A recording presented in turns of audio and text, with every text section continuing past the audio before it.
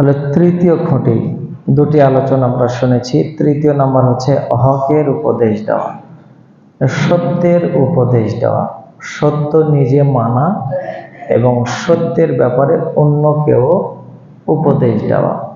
তাহলে এই উপদেশের ভেতরে কি আছে আমরা একটু দেখি। একটু যেটাকে ওসিয়ত বলা হয়। কি বলা হয়? ওসিয়ত। ওসিয়ত কারা করে? যারা মৃত্যু পথযাত্রী, যারা মৃত্যুবরণ করবে কাছাকাছি সময়, এই ব্যক্তি তার আহাল পরিবারদের ওসিয়ত করে, মানে নির্দেশ দেয়, উপদেশ দেয় যে আমার মৃত্যুর পর তুমি এই কাজটা করো। আমার মৃত্যুর পরে